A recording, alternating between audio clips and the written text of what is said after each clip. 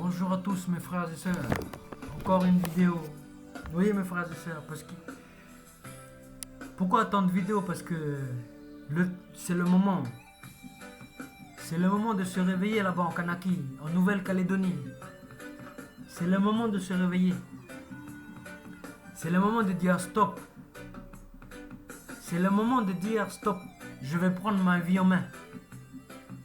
Arrêtez d'être entraîné par cette société-là, cette société de consommation. Ah, il faut bien manger, il faut être joyeux, il faut faire la fête, il faut aller au cinéma, il faut. Tout ça, c'est des mensonges. Le vrai bonheur, il se trouve pas là. Le vrai bonheur se trouve dans l'amour. Quand tu vas aimer ton prochain, tu vas ressentir un bonheur dans ton cœur. C'est ça le vrai bonheur. C'est pas aller au cinéma, c'est pas aller faire la fête, aller boire la bière, aller faire des choses avec des filles. C'est pas ça le vrai bonheur.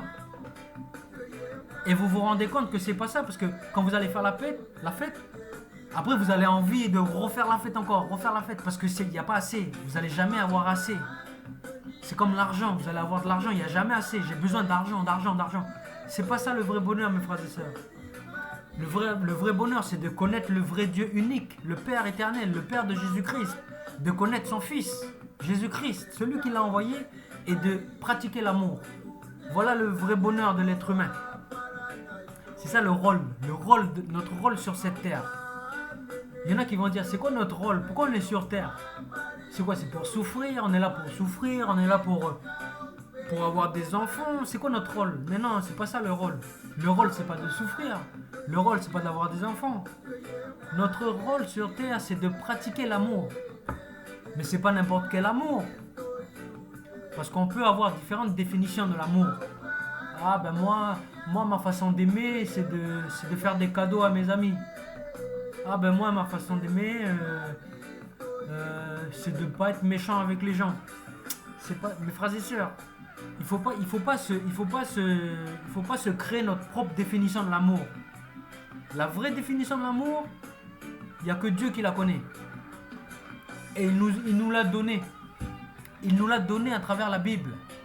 Si vous lisez toute la Bible, même s'il y a des histoires de guerre, même s'il y a des histoires, si vous lisez vraiment le message au fond, depuis la Genèse jusqu'à l'Apocalypse, vous allez vous rendre compte que c'est l'amour. Dieu il nous apprend comment vivre avec amour. L'amour, c'est la tolérance. L'amour, c'est la douceur. L'amour, c'est le pardon. L'amour, c'est tu te donnes pour ton prochain. L'amour, c'est la joie. L'amour, voilà, c'est ça l'amour, c'est toutes ces choses, la douceur, la tempérance. Et tout ça, c'est écrit dans la Bible. Donc, si vous voulez vraiment être heureux dans votre vie, pratiquez ce que la Bible dit. Ça, c'est comme un peu les formules magiques. On va dire c'est trop facile. Mais oui, c'est trop facile. Parce que Dieu il nous donne pas des trucs difficiles. Dieu il nous donne des choses faciles à appliquer. C'est comme par exemple, tu es un professeur de mathématiques. Est-ce que au collège, tu es un professeur de mathématiques au collège. Est-ce que tu vas donner au collège des trucs sur les intégrales, sur les divisions euclidiennes, sur les exponentielles, logarithmes? Mais non, tu vas pas donner des choses difficiles. C'est des enfants au collège. Tu vas leur donner des choses faciles. Les additions, les multiplications. Ben c'est pareil pour Dieu. Dieu il nous donne pas des trucs difficiles. Il connaît nos faiblesses. Il connaît nos difficultés. Il connaît notre faiblesse intellectuelle.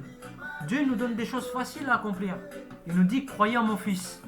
Ben c'est facile, tu crois. Il nous dit pratiquez l'amour. Ben oui, ben, comment pratiquer? Ben c'est écrit. C'est écrit.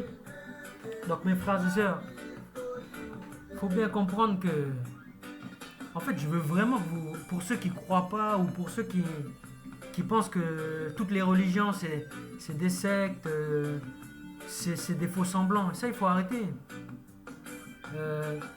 Faut arrêter de penser comme ça parce que il faut juste vous renseigner. Il faut juste vous renseigner, même de façon scientifique. Hein. Vous n'êtes pas obligé de regarder la Bible. Regardez ce que les scientifiques disent. Regardez ce que les scientifiques disent. Recherchez correctement l'information. N'allez pas rechercher dans des trucs qui ne sont pas objectifs. Recherchez dans les scientifiques objectifs. Ceux qui sont là pour la neutralité. C'est important ça. Il ne faut pas les regarder n'importe quel scientifique. Parce qu'il y a des scientifiques qui ne sont pas objectifs du tout. Ils mettent leurs idéaux en avant. Donc ils ne vont pas prôner la neutralité, ils vont prôner ce qu'ils pensent eux. Il faut pas regarder ces gens-là. Il faut regarder les gens qui sont neutres. Regardez les scientifiques neutres. Et vous allez vous rendre compte que, mes frères et sœurs, tout ce que la Bible elle dit, depuis la création du monde en 7 jours, jusqu'à l'arrivée de Jésus, tout ce qui a été dit, tout ça c'est vérifié. Vous savez, en Israël, il y a des sites archéologiques. Il y a beaucoup de sites archéologiques en Israël. Et par la grâce de Dieu, Dieu le Père, il a permis qu'il y ait ces fouilles archéologiques là-bas. Et bien, on retrouve les poteries, on retrouve les bâtiments de l'époque.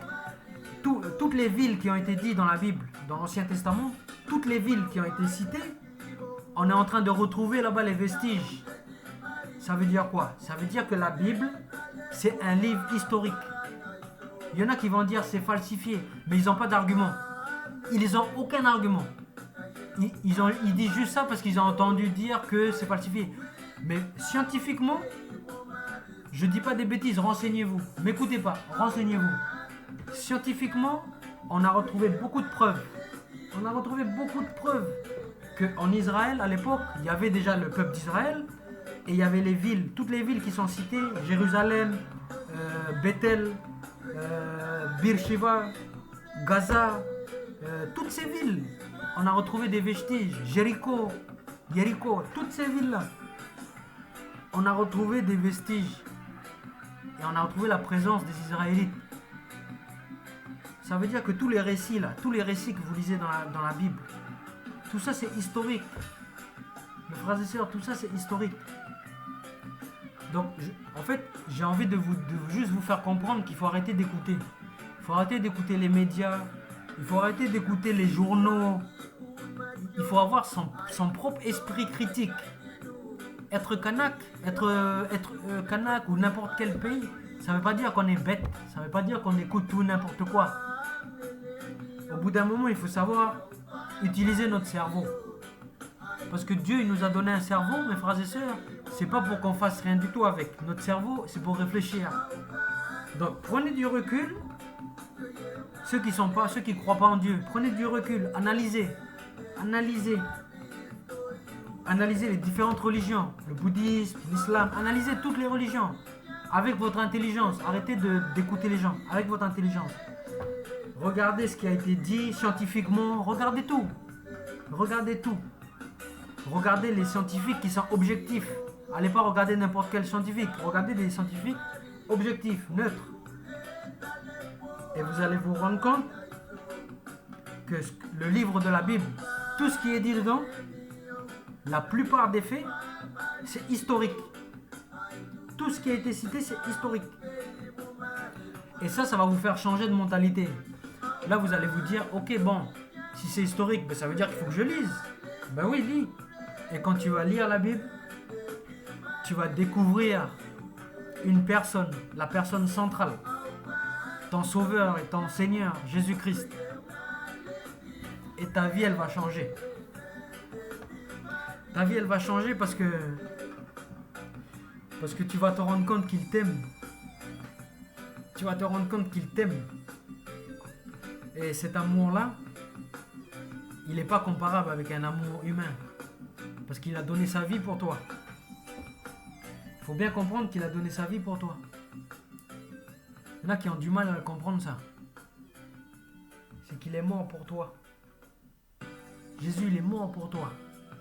Mais pas que pour toi. Il est mort pour ton frère, pour ta soeur, pour ton voisin, pour le papa de ton voisin, pour le grand-père de ton voisin. Il est mort pour tout le monde. Et si ça, c'est pas la preuve que Dieu t'aime, parce que comment Dieu il peut prouver qu'il nous aime? C'est pas avec la loi que Dieu va prouver qu'il nous aime. Hein? Parce que dans la loi, Dieu il dit tu fais ça, tu fais ça, tu fais ça, tu fais ça, tu fais ça. Mais c'est où que tu vois l'amour de Dieu dedans? Si par exemple toi t'es un papa, t'es un enfant, si tu vas dire à ton fils tu dois faire ça, tu fais ça, tu fais ça, tu fais ça, et après si tu fais tout ça, eh ben c'est bon, je vais être avec toi. Mais ça c'est pas un Dieu d'amour ça. Ça, c'est un Dieu méchant, ça. Un Dieu qui donne des lois et qui dit si tu respectes mes lois, je vais t'aimer. Mais ça, c'est un Dieu méchant, ça. Imagine ton père, il te fait ça. Imagine ton papa, il te dit tu fais ça, tu fais ça, tu fais ça. Si tu fais tout ça, je t'aime. Si tu fais pas ça, je t'aime pas. Tu seras pas avec moi, je vais te renier. Mais ça, c'est quoi? C'est un Dieu, c'est un dictateur.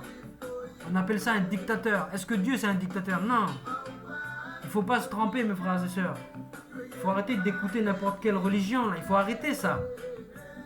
Dieu, c'est pas un dictateur. Dieu, il t'aime. Et il veut que tu te réconcilies avec lui.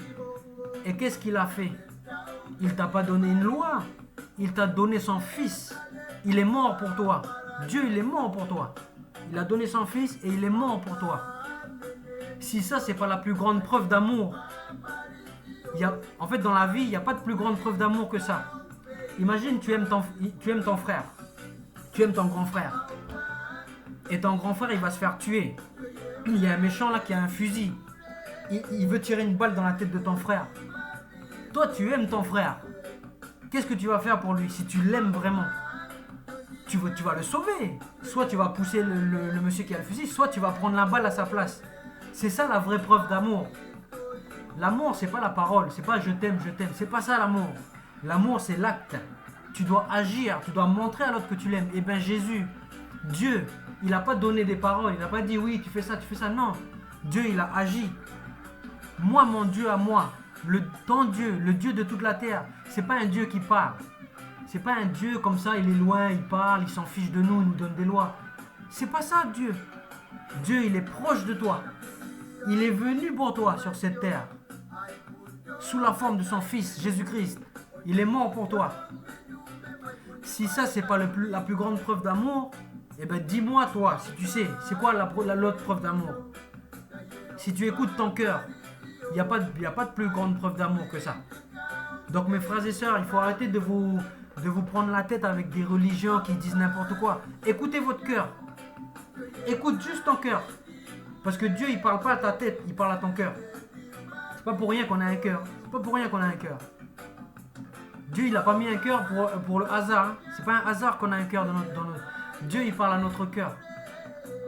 Est-ce que si Dieu, il te dit tu dois faire ça, tu dois faire ça, tu dois faire ça, tu dois faire ça, et après, tu vas être sauvé. Est-ce que ça parle à ton cœur? Est-ce que ton cœur, il est content d'entendre ça? Moi, personnellement, mon cœur, il n'est pas content d'entendre ça. Ça prouve que c'est pas un Dieu d'amour. Mais moi, mon Dieu à moi, il me donne pas des ordres. Mon Dieu à moi, il me dit, mon fils, tu es pécheur. Tu es un pécheur, mon fils. Mais moi, je t'aime. Et pour te faire pardonner, pour que tu puisses te faire pardonner, je vais mourir à ta place. Parce que ton péché, là, il mérite la mort. Mais moi, je t'aime tellement que je viens mourir à ta place. Et ça parle à mon cœur. Ça, mon cœur, il est capable d'entendre. Et je pense que chacun d'entre nous, il est capable d'entendre ça. Il ne faut pas se voiler la face. Il ne faut pas se dire non, mon cœur, il n'est pas capable. Écoute vraiment ton cœur. Écoute vraiment ton cœur, au fond de ton cœur. Et tu verras que le seul message d'amour qui peut te faire changer une vie, c'est le message de l'évangile. L'évangile de Jésus. L'évangile de Jésus, c'est le seul message qui peut vraiment parler à ton cœur. Il n'y a pas d'autre message. Il n'y a pas d'autre message, mes frères et sœurs. Essayez de trouver un autre message. Hein. Je vous donne le défi. Essaye de trouver un autre message qui parle à ton cœur. Je dis bien à ton cœur, je ne parle pas de ta tête. Hein. Mon frère, ma soeur qui m'écoute là. Essaye de trouver un autre message qui parle à ton cœur. Tu ne trouveras pas d'autre message. Le vrai message qui parle à ton cœur, c'est l'amour. Il n'y a pas d'autre message. Voilà la religion chrétienne, mes frères et sœurs. C'est pas une superstition, c'est pas une religion, c'est une relation. Je vais le répéter toute ma vie, jusqu'à temps que je vais mourir. Ma vie, elle a tellement changé. Je connais aussi des gens qui, leur vie, elle a tellement changé grâce à Jésus. Et ça, ils font pas semblant. On fait pas semblant. Moi, je fais pas semblant. Quand je loue le Seigneur chez moi, je fais pas semblant de louer le Seigneur. Je fais pas ça pour faire mon malin. Je fais pas ça pour Ah, parce que j'ai envie que Dieu il m'aime. Non, je fais pas ça pour obtenir quelque chose de Dieu. Je suis pas hypocrite, moi. Je fais ça parce que j'aime Dieu. Je chante le Seigneur parce que j'aime le Seigneur. Je fais pas ça pour obtenir quelque chose de lui. Je fais ça parce que je l'aime. Et c'est ça la religion chrétienne. Tu fais pas les choses parce que la Bible dit que c'est pas par tes œuvres que tu vas obtenir le salut. C'est pas parce que tu vas faire quelque chose que tu vas obtenir le salut. Et il y a beaucoup de religions aujourd'hui qui disent ça. Ah, il faut faire ça, il faut faire ça. C'est comme ça que... Non. Parce que tu vas te rendre compte que tu vas essayer de faire des choses, mais tu vas toujours échouer. Tu vas toujours échouer. Tu vas essayer de faire le bien, mais au bout d'un moment, tu vas toujours échouer. L'homme, il est incapable de faire des bonnes choses. Il est incapable. Il peut se voiler la face. Il peut se dire, oui, moi je suis une bonne personne, mais il faut qu'il arrête de se voiler la face. Il est incapable. Donc, c'est pas ça le message de Dieu. C'est pas fais ça, fais ça, fais ci. Non. Le message de Dieu, c'est mon fils, je vais t'aider. Tu es incapable, je vais t'aider. Parce que je t'aime et parce que moi je suis capable de t'aider. Juste ce que je te demande de faire, c'est crois en moi. Crois en mon fils Jésus, crois ce qu'il a fait pour moi à la croix et je vais t'aider. Je vais te donner l'Esprit Saint et tu vas voir que je vais t'aider à devenir meilleur. Voilà le message chrétien, mes frères et sœurs. Il faut arrêter de dire, ah je dois faire ça, je dois jeûner, je dois faire ça. Pour que Dieu il m'écoute, je dois faire ça, je dois faire ça, je dois faire ça. Mais non, on n'est pas des enfants quand même. On n'est pas des enfants de 2 ans. Ça, c'est les enfants de 2 ans, ça. Tu disais à un enfant de 2 ans, ah, touche pas ça, fais pas ça, il faut pas faire ça, fais pas ça. Non. On n'est pas des enfants de 2 ans, on est des adultes. Alors, Dieu, il nous considère comme des adultes. Alors comportons-nous comme des adultes. Voilà, mes frères et sœurs, soyez bénis. Et écoutez le vrai message de l'évangile, un message d'amour et de paix. Frères et sœurs, je vous aime. Amen.